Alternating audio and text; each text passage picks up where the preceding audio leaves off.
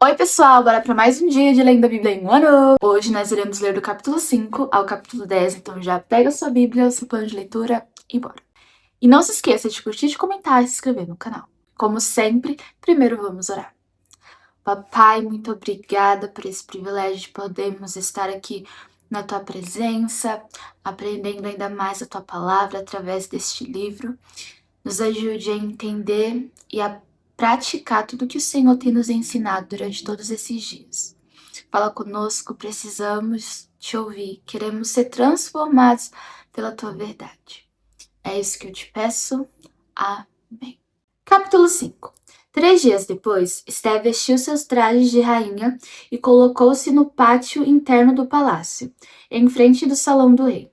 O rei estava no trono de frente para a entrada.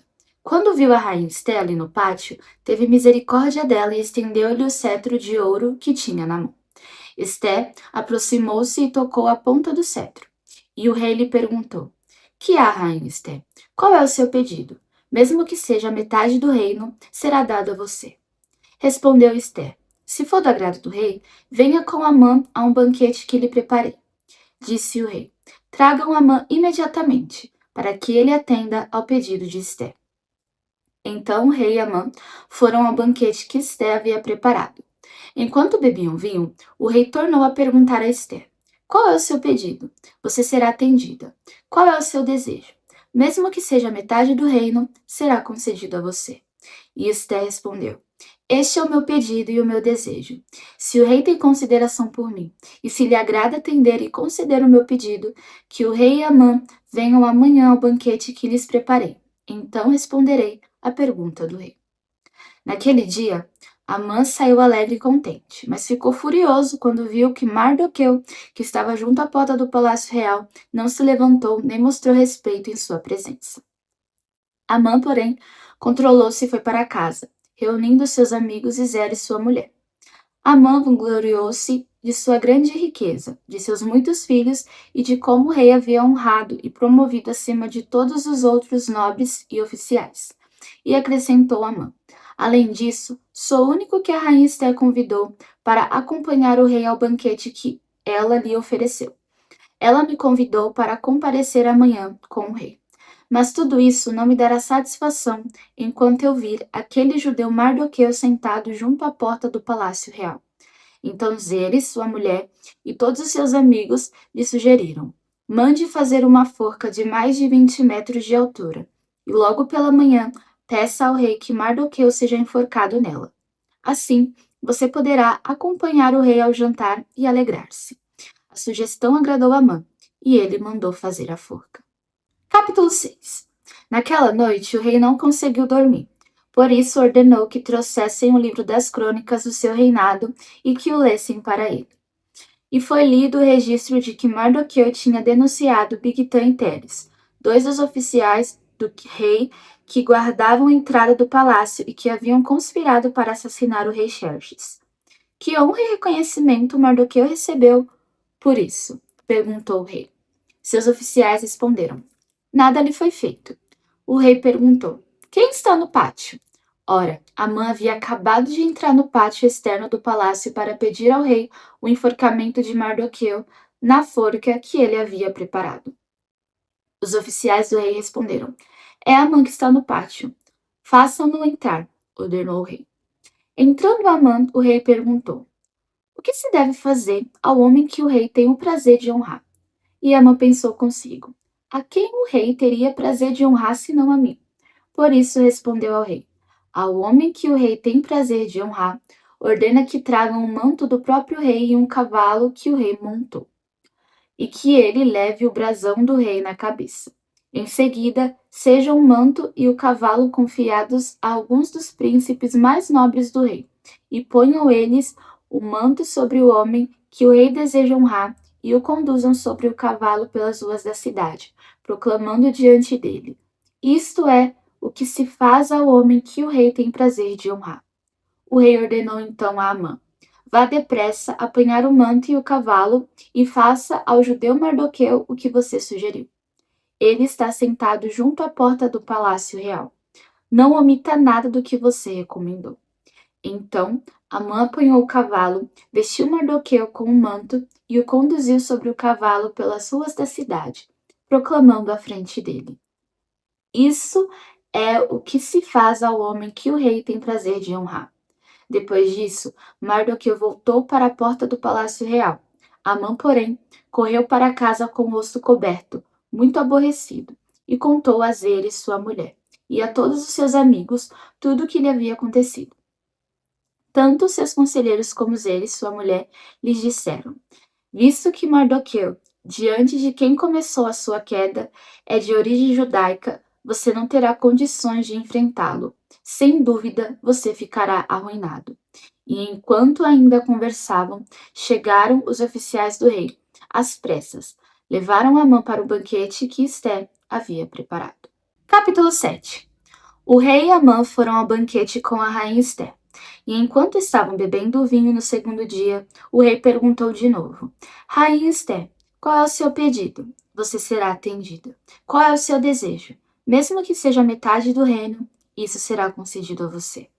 Então a rainha Esté respondeu: Se posso contar com o favor do rei, se isto lhe agrada, poupe a minha vida e a vida do meu povo. Este é o meu pedido e o meu desejo, pois eu e meu povo fomos vendidos para destruição, morte e aniquilação. Se apenas tivéssemos sido vendidos como escravos e escravas, eu teria ficado em silêncio, porque nenhuma aflição como essa justificaria perturbar o rei. O rei Xerxes perguntou à rainha Esté: Quem se atreveu a uma coisa dessas? Onde está ele? Respondeu Esté: O adversário e inimigo é Amã, esse perverso. Diante disso, Amã ficou apavorado na presença do rei e da rainha. Furioso, o rei levantou-se, deixou o vinho, saiu dali e foi para o jardim do palácio. E percebendo Amã que o rei já tinha decidido condená-lo, ficou ali para implorar por sua vida a rainha Esté.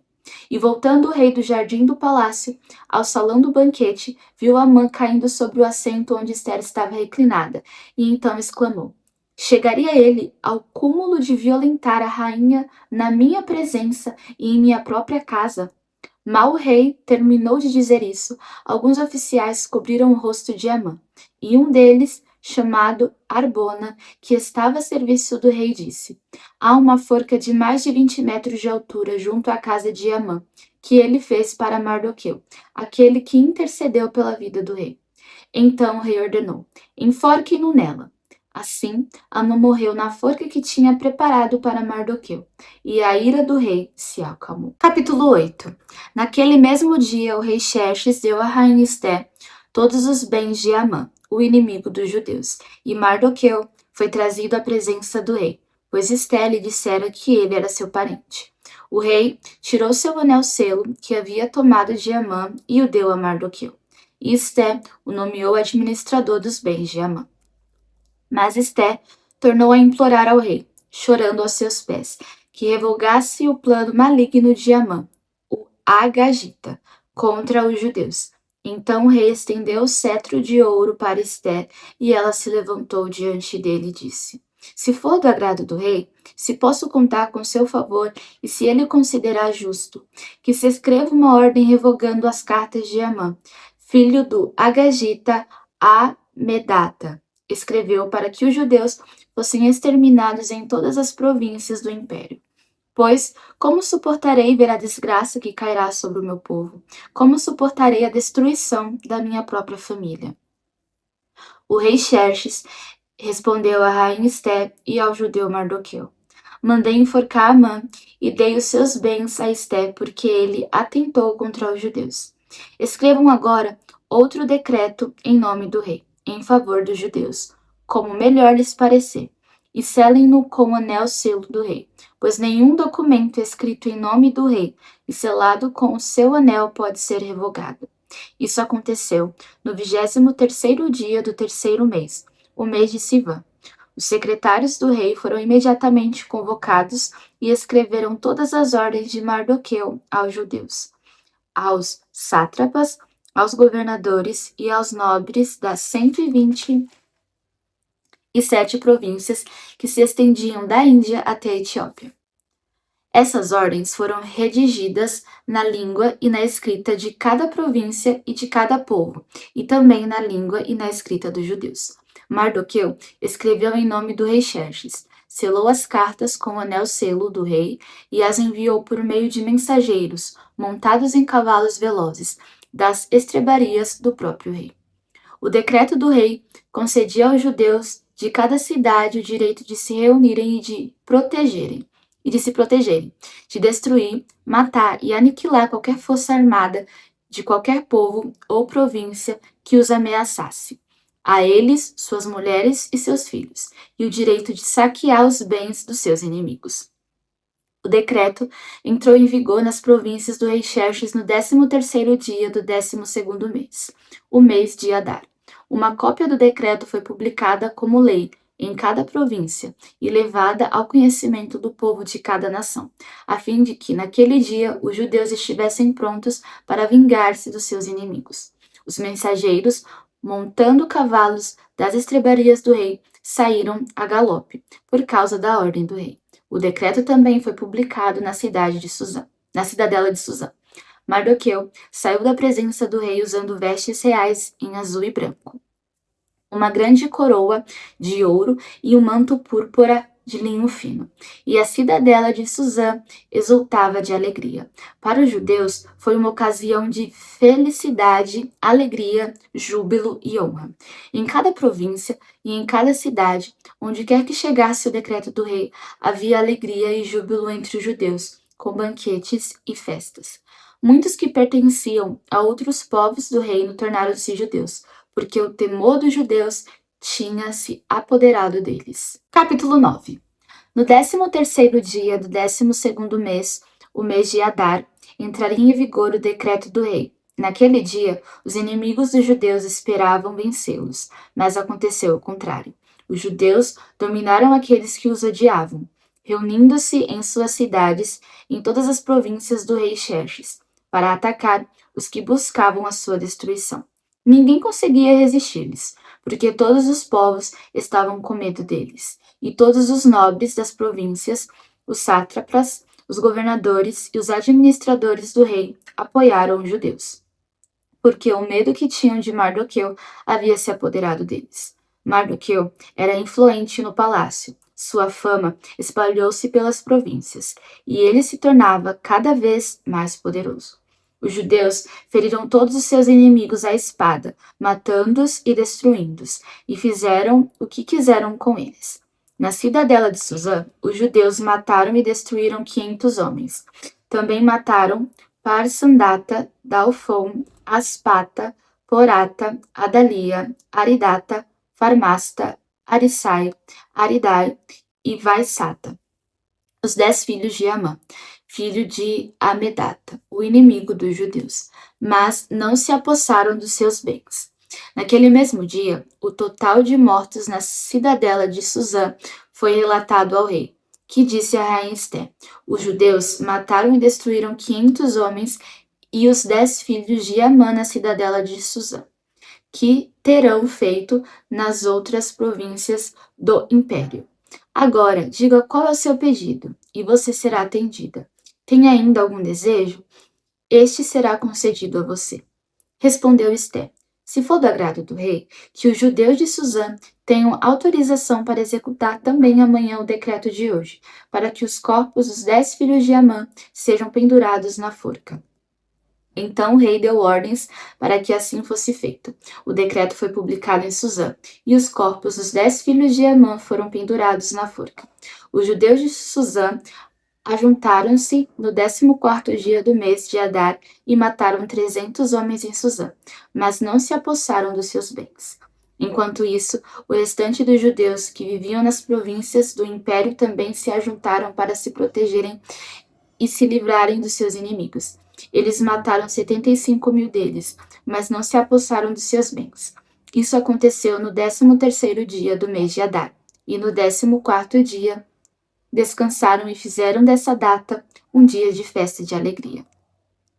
Os judeus de Suzã, porém, tinham se reunido no 13º e no 14º dia, e no 15º descansaram, e dele fizeram um dia de festa e de alegria. Por isso, os judeus que vivem em vilas e povoados comemoram o 14º dia do mês de Adar como um dia de festa e de alegria, um dia de troca de presentes. Mardoqueu registrou esses acontecimentos e enviou cartas a todos os judeus de todas as províncias do rei Xerxes, próximas e distantes, determinando que anualmente se comemorasse o 14º e o 15º dia do mês de Adar, pois nesses dias os judeus livraram-se dos seus inimigos. Nesse mês, a sua tristeza tornou-se em alegria, e o seu pranto no dia de festa. Escreveu-lhes dizendo que comemorassem aquelas datas como dias de festas e de alegria, de troca de presente e de ofertas aos pobres. E assim, os judeus adotaram como costume aquela comemoração, conforme o que Mardoqueu lhes tinha ordenado por escrito, pois Amã, filho do Agagita, Amedata, inimigo de todos os judeus, tinha tramado contra eles para destruí-los e tinha lançado-o por, isto é, a sorte para a ruína e destruição deles. Mas, quando isso chegou ao conhecimento do rei, ele deu ordens escritas para que o plano maligno de Amã contra os judeus se voltasse contra sua própria cabeça, e para que ele e seus filhos fossem enforcados.